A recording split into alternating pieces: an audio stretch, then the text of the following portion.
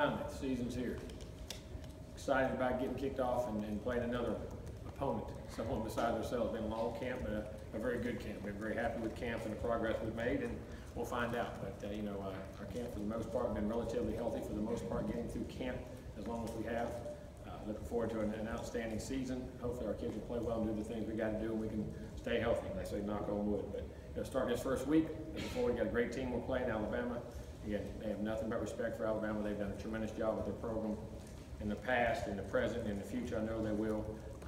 Their coach, they have an outstanding coach. Nick does as good a job as anybody. Does a great job preparing his team, and you know they'll be ready. Outstanding players. They play very hard, very physical, very well coached. Have big guys, dynamic guys, playmakers. You know, they have it across the board. They can throw it, they can catch it, they can run with it, they can defend, they can cover. They do all the things that you have to do to be successful. And they're great in special teams. So we're definitely looking forward to the opener. But at the same time, we have to play extremely well. We know we have our hands full playing a great opponent. But saying all that, we're looking forward to it and ready to play and get the season kicked off and get going. So, questions? Coach, how you doing today? Good. Jimbo, what part of your coaching philosophy, both X's and O's, and then in the way you deal with your players, your relationships, all the constituents involved in that, what part have you borrowed the most, you think, from Coach Saban, and what part have you learned the most from Coach Bowden? I don't think I've borrowed from anybody. I think I've formed my own ideas. I don't think you borrow from anybody. You learn from people, then you formulate it into what you think is appropriate. And I've done that off tons of people throughout my career that I've ever been with, but I've had my own ideas about what I wanted to do all the time. Then you just take things and you formulate into what your game plan is and how you see the game.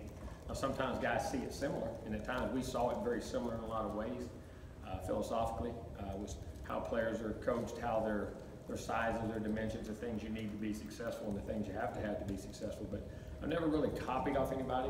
I've just learned from people and then formulated my own ideas. And then so then what have you admired the most about each guy?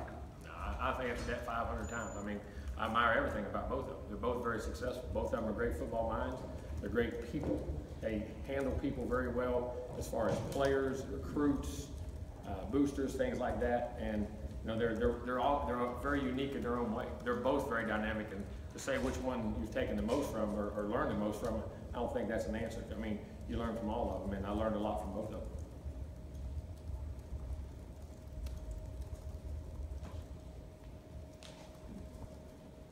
Coach, when you're scheming to stop another team's offense like Bama, who has a pretty explosive offense, then you see a game like LSU last year, shut them out for 3 quarters. How does that affect your plan at all? It doesn't. You do what you think is appropriate to play their plays. In games, see, people, you can't get caught up. Sometimes certain people match up differently against other people. Certain players, they know they play each other so often. Sometimes that has a lot to do with it. Or sometimes that day, maybe that team was off. So we act like it's a computer game sometimes and everything's perfect on both sides. It doesn't work that way. I mean, that's what makes sports so unique. And you know, you play what you think, you learn from things they did, pick up things they did, but some of the things they did weren't any different than what anybody else did. They did with good players and executed very well. That's what makes sports so unique. You never know who's going to win. But we learn from LSU, we learn from everybody. We watched all the film and all the tape, and hopefully we'll formulate the best plan. Coach, do you remember what it's like to open up at home? It's been a while, hasn't it? It's been a while, but that's kind of the way college football is now, I guess. But I'm sure we get it next year. Yeah. Advantages and disadvantages of the two? Or? No, I don't think so. I mean, it's great to always open up at home and play at home, but I mean, you got to play your games anyway, and you got used to playing on the road in those kind of environments. So I think kids today are more apt to that probably now than they ever have been in their lives because they've been exposed to so much more at an earlier age. They played it all. I mean, a lot of kids when you used to go to college, and you said you play at home, play away. Well, kids that have been anywhere, they've never been out of their own community. Now they're going to openings, they're going to these workout camps. Their high school teams are playing in every state. They're on TV. I mean, this kind of environment for these kids, as far as moving and playing in different atmospheres, is probably a lot easier on them now than it's ever been. Jimbo, we've seen this team kind of have its difficulties against guys like Mariota, Greg Ward, Lamar Jackson last season. Everybody does. Is Jalen Hurts kind of one of those players too? Is he a dual threat in that same sense? He can throw it and he can run it. No doubt. I mean, he is a threat. And you watched it last year in the games he played. I mean, he ran for 1,000 last year. And he scored a touchdown, and he threw for 2,000 or 3,000, or however many, 3,000 or something, whatever it was. So I mean, this guy's very dynamic both ways. There's no doubt. What's the hardest part about trying to keep one of those quarterbacks in tow? You got to do what you do. You can't sit and say, I'll worry about not rushing him, then I'll worry about him setting and you let him throw it. Then you pressure him, then he's scrambling. You got to play football. You got to take the gaps away. You got to stay disciplined in your rush lanes. You got to cover people. Then you got to react to the football and play. And you got to set edges on your defense. I mean, and you got to play. Coach, you've been in national title games. The level of hype that's currently surrounding this game, does it compare to that type of atmosphere? And at what point does the hype become a detriment to your preparation? I don't think it becomes it because I don't pay attention to it. I don't watch much news. I don't watch. We're in camp and doing what we do. And you know, if you're here at Florida State playing in these games, you're going to be in hype games. You're going to play in big games. Every year we play Clemson, Miami, Florida, Louisville, whoever we play, what conference, what big bowl, play Michigan. I mean, national championship games. That's part of being in Florida State. There's probably more hype because you've had longer to talk about it. It's a season opener. That has a lot to do with it, in my opinion. I mean, but it's the first time the two top three teams have played to open up a season. So, I understand where that comes from, but for us, we just got to play a game. We have to play the football game, not everything else, and that's going to be the key. Jimbo, Alabama has a new offensive coordinator. Do you go back looking at games? Look at everything they've ever done. Mm-hmm. Just like Nick, you look at stuff they've ever done for years and years and years. And you got to go back, and that's the way you do everything. You research all your people, keep running tabs on the coordinators that come in and out, and you do it when you get a new coordinator, whether they come from pro ball or not pro ball. I mean, you research all of that now. So there's tendencies you can actually look at from pro ball for. Oh yeah, the guy when he coached, and where he coached, and what he's been around. And then again, there's still some mystery there. That's the thing about opening games and new guys. There's still going to be some mystery to some they'll have something they've done or created.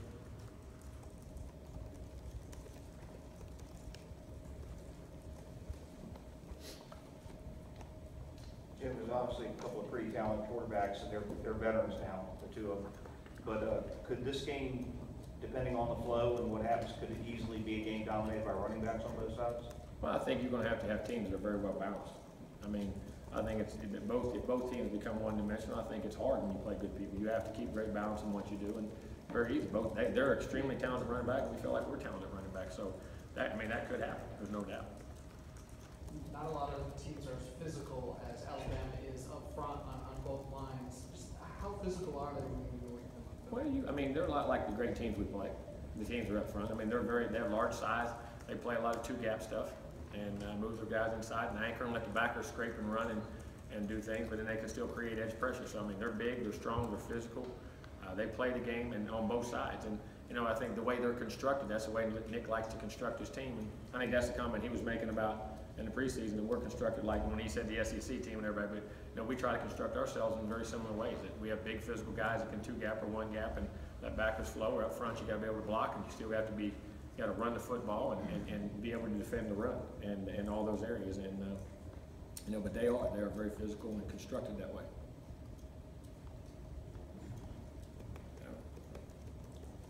You guys have a handful of players from the Houston area. Have they been in touch, or do you have any updates on kind of if they've been able to talk to family members? Yeah, we've talked to all of them. They all said the family members are all okay. Some of them have been hit harder than others, and it's our hearts and prayers are going with everyone, not only our players, but everyone's over there, because that looks extremely. I've been through some of those, but nothing. I don't think quite the amount of water they're getting right there. It's extremely devastating, and with thoughts and prayers with all of them. But everybody's family seems to be okay.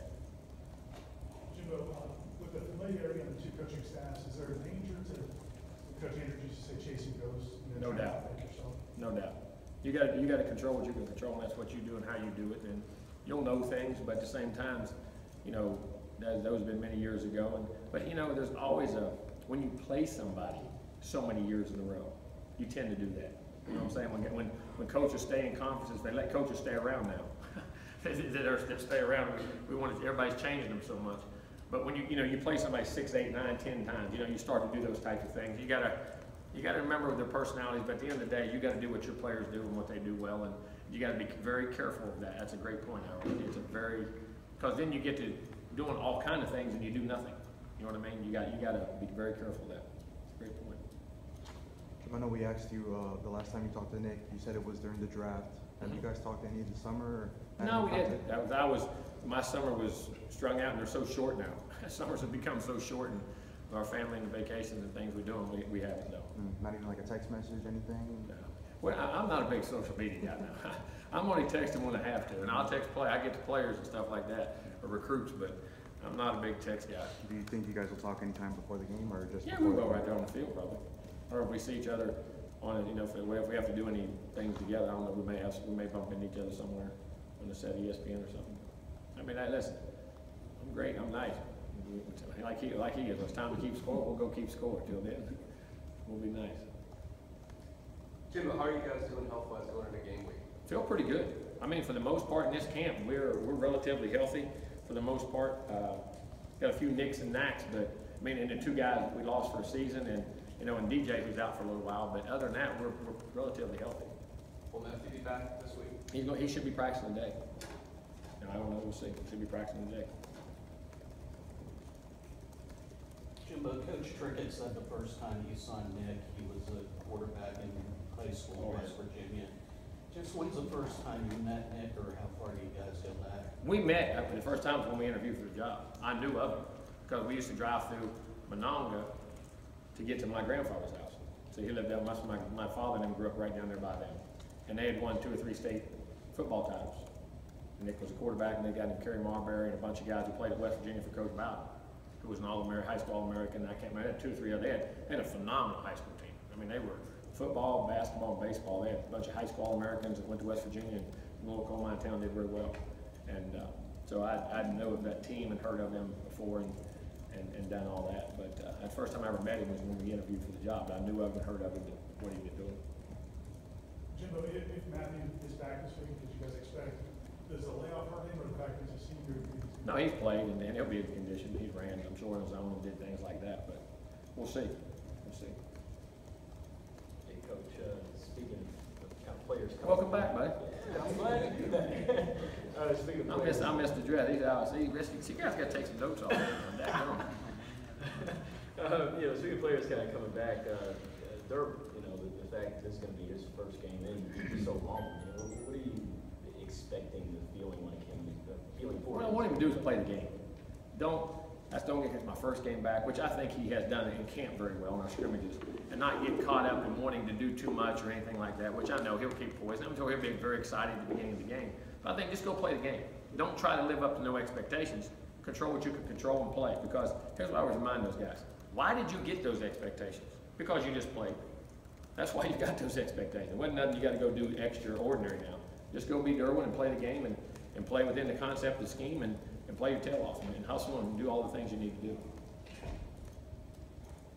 All right, we're going to go to the phone for a question from Chris. Hey Jimbo, how you doing? All right, how are you? Doing great. What is the typical Jimbo Fisher perfect game going into Saturday's national title? What is the perfect game to yourself? No, there's no what such. do you like to see? There's no such thing. But I think early in games, I think things would be very important. You got to take care of the football, which is always the most important thing. Eliminating self-inflicted wounds as far as penalties. You got to not jumping off sides, not lining up off sides. The holding calls and playing and not shooting yourself in the foot early and things to put yourself in bad situations. And then you got to creating big plays or stopping big plays. You got to play very physical and you got to play hard.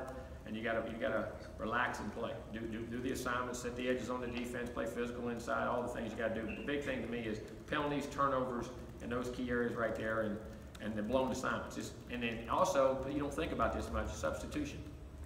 When you're subbing in for a game and you're in your nickel package, your dime packages, or we're 2 tights, or we're going to 1 tight, 3 wides, or 4 wides. Just making sure the right guys get in and out of the game and they see the signals and they're not caught up in all that stuff. The game operation stuff, signals. Both sides. I mean, all that kind of stuff, where guys get hyped up in the first game and don't get in. Those are things for a coach that, you've got to control, because those things can cost you without ever, it's bad enough that you play a great team or that, get beat physically, but you just can't beat yourself mentally in that way. Jimbo, Thanks, Jimbo. Good luck. Thank you. It's been 10 years since the first time you met up with Coach Saban. 10 years ago, which is crazy to think about. What do you remember about that game in 2007 in Jacksonville? And how far have both programs come? Well, I think they drastically changed. I mean, we're in the last 7 years, we're the 2 winningest football teams in America. They've won 4 national titles. We won 1. They won 4 or 5 conference championships. We won 4 or 3. I mean, it has a lot of bowl games. I mean, it really has. We were both 7 and 6 teams. We were both right at 500 in that game, and it was a hard fight. And again, the game was very hard, but I think both programs were in very similar situations probably from where we're at. I mean, we're both fighting, scratching, and clawing to stay bowl eligible and have winning seasons and go play. And it was a very hard fight. I remember they were very good on defense early. They were very dynamic on early, and we hit some plays in the second half and got a couple. Remember, Cody caught a little corner route for a touchdown in the corner. We ran a little goal line route, and then I think we hit a run it late. And he broke a tackle and went down the sideline. And it was a very hard physical game and in a typical game that they were well coached. But I think both programs, like you say, were in very similar situations and have really progressed and came a long way. Did you have a feeling that he was going to turn it around as quickly as he did over there? Yeah, because he's a very good football coach. He knows what he's doing. He has a plan. He's going to do that. But two, the resources and the commitment that they have. I mean, also, you know, that always, you know, that old adage, and this is an old Bear Bryant statement, that make sure the school you're coaching at has more going for it than you. In other words, make sure they're committed to winning. Make sure they're committed to doing all the things you got to do. Make sure they're all in the same way. And Alabama definitely is in that regard. And so when you put those two together in time and the recruiting base and history, you knew they were going to get it right. Jimbo, your offensive line, what kind of progress have you seen in the last week? And do you feel pretty good about where things stand? I do. I think our line's had a really good camp. I mean, we ran the football, we passed blocked, and did the things we had assignment-wise. You know, worked hard on blitz pickups and different things, and the run game, pass game, all the different scenarios. I think Everly being not only healthy, but just so much more experienced inside. Like, again, you talk about the quarterback being more experienced in decision making when you're center, getting on the same page, making calls up front, knowing which way the line's going to go, how it's going to block things. That's a huge, and then the quicker he does it, those guys, other assignments beside them, they get cleared up quicker, they get to communicate better. And then the years of experience for all those guys. You got 4 of them back that really played and started all last year. And one guy, Derek Kelly, who played a lot at the same time too. So I feel very good about where they're at right now. We got to go play well, and we're going to play some great players on the other side. It's going to be a very physical, hard-fought game. But as far as how they're playing right now, I've been very pleased. Jimbo, some of the Alabama writers right now are saying that Nick Saban said he would throw a Nick fit at you when you would run play option passes during practice or go off script, and also said Nick also said you had a good 3-point shot and you were competitive playing basketball. We used to play a lot of basketball. He and I were always on the same team. We always played. Never went in against each other? No, we won every game. We always won. We played. Nick was a good basketball player too. That's why I said he was a good all-around athlete. I mean, he was a baseball player in college too. He was a baseball guy, football guy at Kent State, and did all that. So he was a heck of an athlete. We had fun. And then, like I said, we were both very competitive. So being on the same team was fun. It was fun. Oh, we go off script, and he'd come off with the blitz or different things. But it was fun. But it was never. Here's the thing about it. We had our time, and we were very competitive. But it was never against the landscape of the team where it was offense against defense. And you hear me say that all the time here. That was one of the things I respected the most about him. He's a defensive coach in the defense, and I know, and even he'll tell you this, and it's crazy. It's easier to be good on defense than it is offense. And I know people don't believe that, and you think it is. Because effort and toughness and things can get you by. You still got to be perfect. You still got to fill your gap. But anytime a ball's involved, there's rhythm and timing. Some days Michael Jordan doesn't hit all the shots. Larry Bird doesn't hit all the shots. The ball doesn't always go in the rim. And so we built that, and that his philosophy is about how we had, that's why we played certain ways on offense, and that's why I still do that to certain ways. I mean, when you're all skill and it's all fly by night, and there's no toughness to it, there's no running game, and there's no substance to it, it's hard to consistently, you may have one of those years, but year after year after year, there's going to be days you're off. It's just the ball, as I said, when you're putting, why can a guy putt one day and have, 15 putts on a day, and the next day it takes 23 putts? I mean, there's timing and rhythm in offense that's so much more dynamic to associate with, and then you have the pressures of a defense. And so my point on that was that we built that team, and it was never where it was offense against defense. We played to each other. And I always tried to understand as a head coach, which I always thought I looked at. That was one of the things I thought we did very well. But every now and then you have to do something just to, because they were good, we were good. And we had competitive guys too. Our guys wanted to see it too. Now, we had a lot of, we still have 35, 38 points a game down there, and threw it around, and had some dynamic offensive guys, had 1,000 rushers, 1,000-yard receivers. I mean, we had a lot of award winners down there. So it got competitive both ways. But he'd get mad every now and then. But it was never any disgust or it was separated. It was fun. Learned a lot of football, like I say, a lot of different ways in which you practice and how we did things. It was very good. Jimbo, I know sometimes you go with a hot-handed running back as the games progress. Will there be a plan for getting some of those other guys touches? Oh, no doubt. They got to get touches, and they got to get in the game, and you got to get them broken in, and you got to put them in there. And and the big thing, they're ready to get in there. They've proven it every day in practice. I've been extremely with Vickers and Jacquez, fullback. They've been doing a great job. But Amir and Cam and all those those guys have all did a tremendous job behind it, and feel very comfortable. They've all made plays in scrimmages and practices in a lot of different ways, and they'll play.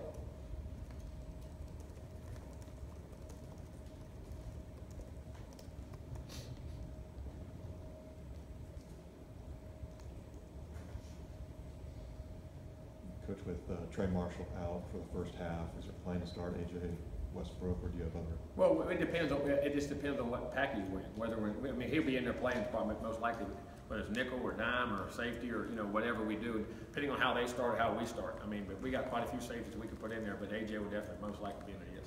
And with Westbrook, what have you seen from him this preseason? Boy, got bigger, stronger. Just he's one of those guys that just always in the right place, always makes the right play, understands the game, tackles well, plays the ball well. He's one of those guys that you say he doesn't say much, so you kind of all of a sudden, man, that's AJ, that's AJ, that's AJ. He's making plays all over the field, and then sometimes when he's not in there, man, where's AJ? Because it's just sometimes not saying a guy's name is great because he takes things away. You know what I'm saying? You can take him for granted. Just a very, very good football player. Very heady, very smart, and really getting stronger and physical. Jimbo, obviously a lot of former players are going to come back for a game like this. Is there a temptation to involve them in pregame and things like that, or try to keep them? You keep it saying that. You don't make it any. The game's the game. No matter if we're playing Alabama, playing ULM, you're playing Miami, you're playing whatever. You have your same routine of how you play the game. You got to line up and play. And some of them guys still in the NFL have some eligibility left. I can get them in the game. Some of those guys, but you can't, because it's a different distraction, it's different clutter, it's a different mindset for your players. You got to get them to understand this is their time to make their legacy, so they can be one of those guys. Jimbo, is Fitzpatrick and Derwin alike in the sense of how they can impact Fitzpatrick? Oh, okay. And Derwin alike in the sense of how they can impact the game? Yeah, that daggone Macon. Now, I tell you what, you talk about a heck of a player, great family. That was a down the wire recruiting deal too. We recruited the heck out of that guy, and I really enjoyed him and his family. Phenomenal. It's been fun to watch him play. It ain't gonna be fun this weekend, but that old guy's too good. But you go back and watch him. How many turnovers he turns into touchdowns? The pick where they had in Arkansas, the game he had at A&M a couple years. He's always in the right place, whether he's playing corner, whether he's playing safety, whether he's playing nickel, whether he's playing dime. Guy's just an unbelievably instinctive foot. Can tackle, can cover. He has tremendous ball skills, and he affects the game. And that's a lot like Derwin. Derwin's a little bigger, and Minka's probably a corner that comes inside, but they can do both. Derwin's probably a safety that can play some corner, but he also plays up like a linebacker at times. But they're both very impactful as far as the way they can affect and be moved around and match up against different types of players. That guy's he's a heck of a player, and so is Derwin. Good? Yes, sir. Sorry, go ahead. And then also just talking about Jeremy Crow and the job he did here, and going up against him. Jeremy did a great job. He did great. We had one of the #1 defense in the country, I think, that year. Did offense, defense, had everything.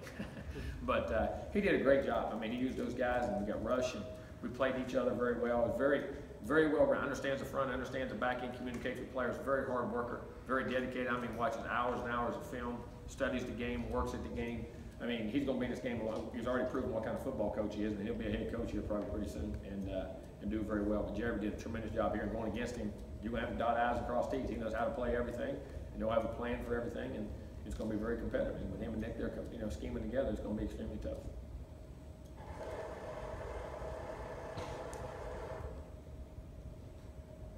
All right. We're good?